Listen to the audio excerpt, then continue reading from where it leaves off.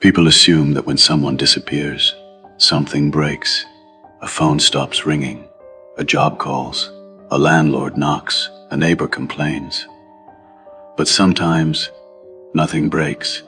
Sometimes everything keeps working so perfectly that no one thinks to ask why. That's what made this case hard to see. And that's why it stayed hidden for 6 months. I didn't get involved because someone reported a murder. I got involved because a maintenance worker complained about a smell. Not a strong one, not the kind you call 911 over. Just something off, something you notice when you stand in the hallway too long. The apartment was on the 3rd floor of a mid-sized building. Nothing special. No broken windows, no police tape. The door was locked. That mattered, because when they finally opened it, they didn't find someone who had just died. They found what was left of a man who had been dead for a long time. His name doesn't matter yet. What matters is this: for 6 months, no one realized he was gone. And at first glance, that sounds impossible. But it wasn't. He worked remotely. His paychecks were automated. His rent was on autopay. His utilities were bundled. No family nearby, no kids, no pets, no one checking in daily. To everyone around him, his absence made sense. That's what bothered me. I've worked enough cases to know that disappearance isn't always about violence. Sometimes it's about systems that keep running long after the person inside them stops. The neighbors said the same thing. He was quiet, kept to himself, never caused trouble. They remembered him the way people remember furniture. Present, but not noticed. The landlord had never met him in person. Everything was done online. Requests, payments, communication. No red flags, no missed deadlines, no complaints. Even his job didn't notice. He was salaried, no daily check-ins. Tasks assigned weekly, deadlines loose. He wasn't late. He just stopped responding, which apparently wasn't unusual for him. When the body was found, police ruled the death suspicious but unclear. No forced entry, no obvious struggle. The apartment was tidy. Too tidy. That's when they called me. Because when a space looks maintained after someone dies, it usually means one of two things. Either no one has been there, or someone has been very careful. I stood in the apartment longer than most people would, not looking for blood, not looking for weapons. I was looking for continuity, what kept going after he didn't. The lights were off. The thermostat was set to auto. The fridge was empty but clean. The trash had been taken out recently. That last part didn't fit. Dead men don't take out trash. But someone had. The smell wasn't coming from garbage. It wasn't coming from food. It was coming from behind a closed door. A door that hadn't been opened in months. That's when I stopped thinking about how he died and started thinking about how no one noticed. Because deaths like this don't stay hidden by accident. They stay hidden because someone benefits from the silence. And in this building, silence was easy to maintain. The cameras in the hallway worked, but they only stored footage for 30 days. The locks logged entries, but only for key fobs. Manual locks didn't register. The neighbors walked past his door every day and saw nothing wrong, because nothing looked wrong. That's the part people don't understand. They think crimes are loud, messy, obvious. But the cleanest murders are the ones that blend into routine. By the time the body was found, the question wasn't who killed him. It was who made sure no one went looking. And once you ask that question, to understand how a man can die and remain undiscovered for 6 months, you have to understand how he lived. Not dramatically, not tragically, quietly. His life was structured to require as little interaction as possible. Remote work, online payments, minimal social contact. He didn't vanish from anyone's life. He simply stopped being visible. I started with his routine. Because routines don't disappear when people do. They leave gaps. He worked as a freelance software tester for a mid-sized company, based out of state. No office, no fixed hours, weekly deliverables, long deadlines. His last completed task was submitted on time. After that, nothing. But no alarms went off, because missing a message wasn't unusual for him. His income continued for 2 months after his death. Automatic deposits, no human review. After that, the payments stopped quietly. No one followed up, because freelancers come and go all the time. Rent was auto-paid. Utilities bundled into one bill, internet on a fixed plan. Nothing required manual renewal. Everything just continued. Even his phone didn't raise concern. He rarely called anyone. Text was sporadic. His last outgoing message was 3 words. Talk later tonight. No timestamp after that. No response ever sent. The neighbors confirmed what the paperwork already suggested. He left early mornings, came back late, headphones in, eyes down, polite but distant. One neighbor said something that stuck with me. I thought he moved out. I asked, why? She shrugged. He stopped taking the stairs. That didn't make sense. The elevator had been out for weeks during that period. Everyone was using the stairs, except him. Another neighbor remembered seeing his lights on late at night, but not every night, just enough to make his presence feel normal.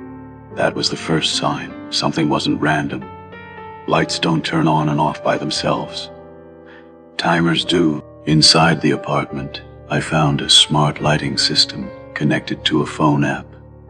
Schedules, automation, sunset triggers, motion-based activation. His lights weren't responding to him. They were responding to time. The thermostat told the same story. Eco mode. Temperature shifts at fixed intervals. No manual overrides. This apartment didn't know he was gone. It behaved exactly as it had before. That's how absence hides. Not through chaos, through consistency. Then there was the trash. Weekly pickup, same a bag, same placement. At first, I assumed the smell had finally forced someone to act, but that wasn't true. The smell only became noticeable when a heat wave hit. Temperature changes accelerated decomposition. That's what exposed him, not attention, not concern. Weather, I traced the building's access logs. Key fobs were recorded. Manual locks weren't unknown. With a physical key left no digital trace. The landlord claimed only one spare existed. Maintenance, that was expected. But the trash bothered me. Because the building used a shared chute. No one throws trash down the chute without passing at least 3 doors. Simone would have noticed, unless the trash was being taken out during hours when no one paid attention. Early mornings, late nights, the same times he used to leave. That's when I stopped thinking about strangers and started thinking about proximity. People imagine murderers as outsiders, intruders, strangers, but the longest hidden crimes usually come from someone already close enough to blend in. Someone who knew his schedule, someone who understood how automated his life was, someone who knew how long it would take before anyone noticed. This wasn't a crime of passion, it wasn't impulsive, it was quiet, and it relied on one thing above all else, everyone believing that nothing had changed. The question was no longer how he died, it was who needed his life to continue without him. And once you ask that, you start seeing the apartment differently. The clean sink, the empty fridge, the untouched bedroom. And one other thing, something that shouldn't have been there at all. A second set of keys. When a death goes unnoticed for months, people assume there were no signs. That's almost never true. There are always signs. They're just small enough to ignore. I rebuilt the last day anyone could confirm seeing him alive, not by looking for drama, but by looking for routine. His phone location data showed movement until 7:42 p.m. After that, nothing. No GPS, no app activity, no background pings. Which told me one thing immediately. He didn't leave the apartment again. Security footage in the lobby showed him entering the building that evening. Semi-clothed neighbors remembered. Semi-pace. Headphones in. He nodded at the camera without realizing it. That was the last time he was recorded alive. No one followed him in. No one forced their way inside. That mattered. Inside the apartment, there were no signs of a struggle. Furniture in place. No broken glass. No overturned objects. The kind of scene police usually describe as non-confrontational. But there was something else. Something quieter. A meal prepared but untouched. Food laid out neatly. Not rushed. Not interrupted. Just abandoned. The stove had been turned off. The sink was clean. A glass of water sat beside the plate, half full. People don't set a table like that if they're about to leave, and they don't abandon it unless something changes the plan. I checked his call history. One incoming call at 7:39 p.m., 3 minutes before his phone went silent. No voicemail. The number wasn't saved. The call lasted 37 seconds. That number belonged to someone in the same building. 3rd floor, 2 doors down. That narrowed things quickly. I interviewed the neighbors again. This time, I didn't ask who he was close to. I asked who he tolerated. That's a better question. Most people described him as private. But one name kept coming up. Not as a friend. Not as a problem. Just present. A neighbor who helped him once, loaned him a tool, returned a package. Small interactions, nothing memorable. The kind of person you don't remember, because nothing ever goes wrong with them. I checked building records. That neighbor had lived there longer than him, knew the building layout, knew the routines, knew when maintenance came, knew which cameras worked, and had access to a spare key. When police first spoke to him, his story was simple. Too simple. He said he hadn't seen him in months. Assumed he moved. Didn't think anything of it. Why would he? That story matched everyone else's, which made it believable. And suspicious, because people who don't notice disappearances usually don't explain them so neatly. They shrug. They guess. They move on, he had already decided. I checked his phone data. He had been inside the apartment building several times during the 6-month gap, late nights, early mornings, times when no one else was around. He said he was visiting someone on another floor. That person denied it. Then came the trash. The building's cameras didn't record the shoot, but they did record the hallway leading to it. At 5:12 a.m., every Tuesday morning, a figure walked past the camera carrying a bag same height, same jacket, same gait. That figure never came from the apartment where the body was found. He came from 2 doors down. Dead men don't generate trash, but routines do. And someone had continued his. I returned to the apartment one last time before filing my report, not to look for evidence, but to stand where he stood. I noticed something I'd missed before. The door between the living room and bedroom. It didn't close properly. It never had. That meant you could hear everything from one room to the other, even quiet sounds, even breathing.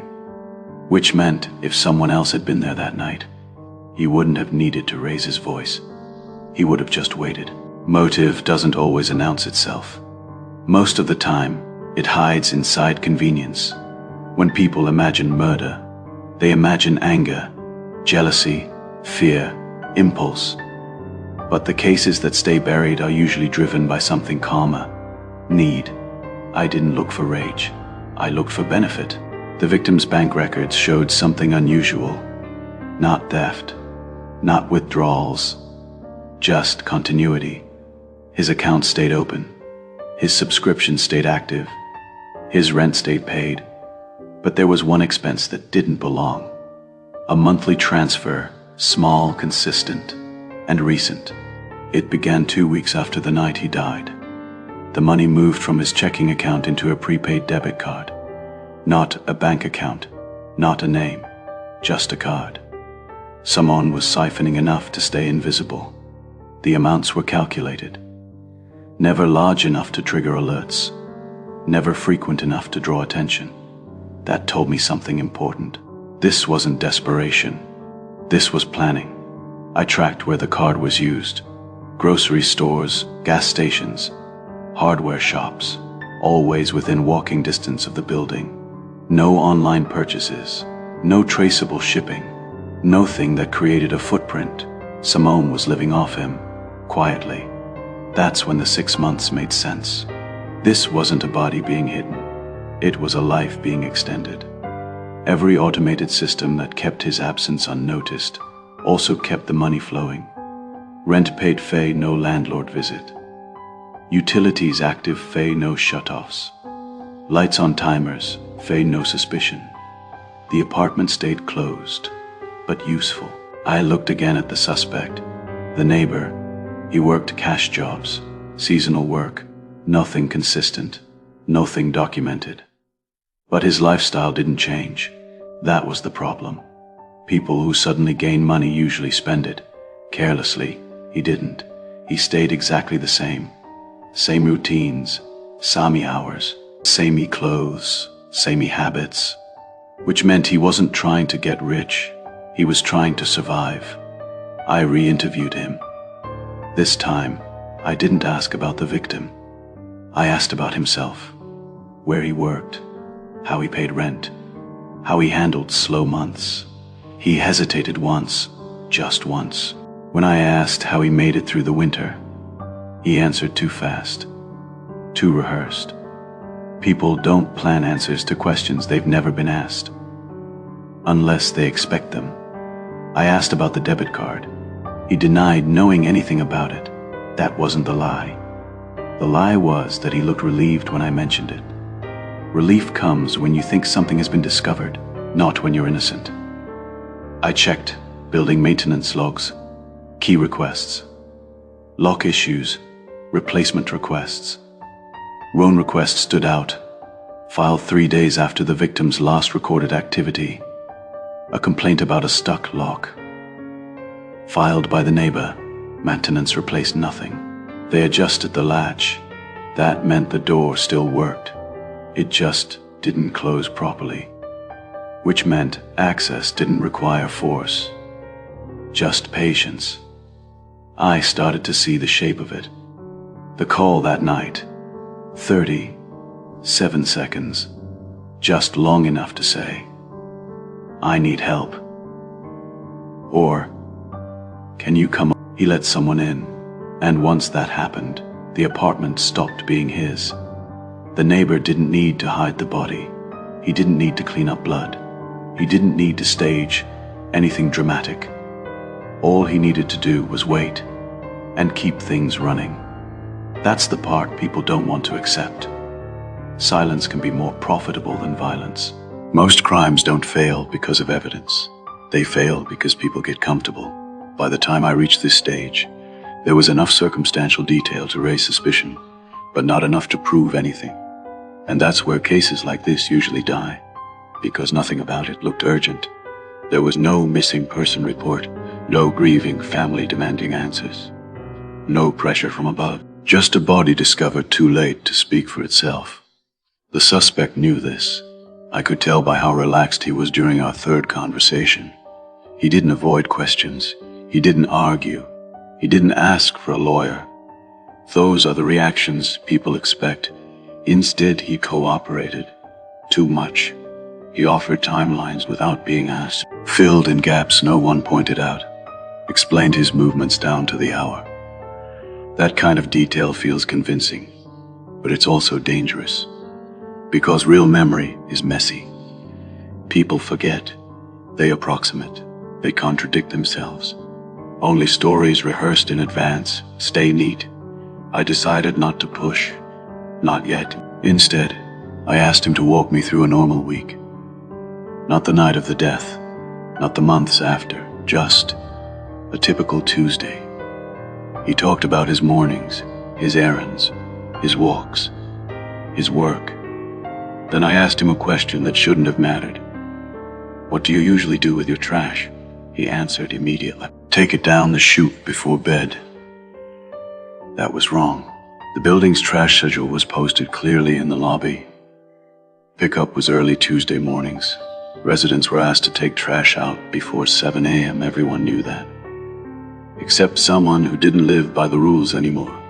Someone who moved through the building when no one was watching. Someone whose routine didn't match the rest of the tenants. I didn't correct him. I just nodded. Then I asked another question. "When was the last time you saw him?"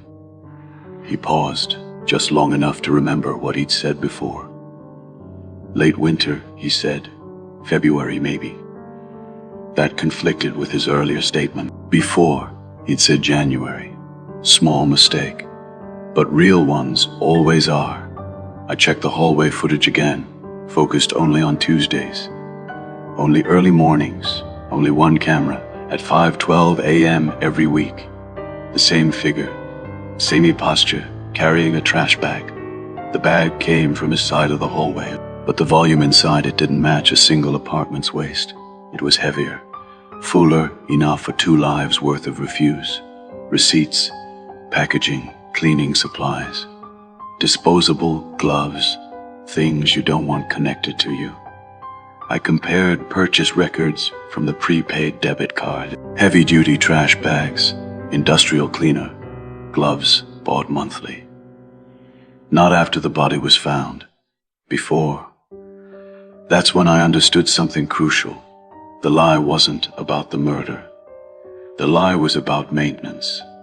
He hadn't been hiding a body. He'd been maintaining a situation, keeping the apartment usable, keeping systems running, keeping silence intact. I brought him in one last time, not to accuse, not to threaten, just to listen. I told him the debit card was traced. I told him the footage was reviewed. I told him maintenance logs had been checked. I watched his hands. They didn't shake, because in his mind, this was already over. Until I said one thing. "You kept the lights on." His head snapped up. I hadn't mentioned the lights before. Not once. He opened his mouth to respond, then stopped. That was it. People only react to details they recognize. And he recognized that one. People think darkness hides things. It doesn't, consistency does. When I mentioned the lights, I wasn't guessing. I already knew the answer. The apartment's smart lighting system logged every automated event. On, off, dimmed, reset. Every action left a timestamp. For 6 months, the lights followed the same pattern. Living room on at sunset. Bedroom off at midnight. Bathroom light briefly on in the early morning. That last one shouldn't have happened. The bathroom light activated at 5:14 a.m. every Tuesday, 2 minutes after the trash was taken out. Motion triggered. Dead men don't trigger motion sensors. I checked the sensor placement. It covered the doorway and sink. Not the toilet, not the shower. Someone had stepped inside, stood at the sink, washed their hands every week. The pattern was too clean to ignore. I returned to the apartment with a forensic technician, not to exhume anything, but to confirm movement. The bathroom floor told the story. Repeated contact in the same spots, samey shoe size, samey pressure points. Simone had been using that room regularly, long after the owner was gone. That's when the neighbor's behavior made sense. The early mornings, the gloves, the cleaners, the trash. He wasn't just stealing money. He was using the apartment not to live. The spare room contained something no one had cataloged before, because no one had reason to look. A folding table, a portable light, power strips. It wasn't a workshop. It wasn't storage. It was a place meant to be used briefly, then erased. I cross-referenced the prepaid card again. one charge stood out. A replacement smart bulb, purchased 4 months after the death. Samey model, samey brand, samey color temperature. Someone had replaced a bulb, not because it burned out, but because it failed. And when smart bulbs fail, they stop logging. That meant someone had noticed. The only person who would notice a failed log is someone depending on the routine. I confronted him again. This time, I didn't ask questions. I told him what we found. The lights, the logs, the movement, the trash. I watched his breathing change, not faster, slower. That's resignation. He didn't deny it. Not immediately. He asked one question. How long do you think it would have gone unnoticed? That was the confession. He explained it simply. Too simply. The victim had helped him once, loaned him money, let him crash on the couch during a bad week. They argued. Not violently, just final. He pushed. The fall was wrong. The silence after was worse. Panic didn't last long. Opportunity did. He realized something that night. If nothing changed, no one would come, so he made sure nothing changed.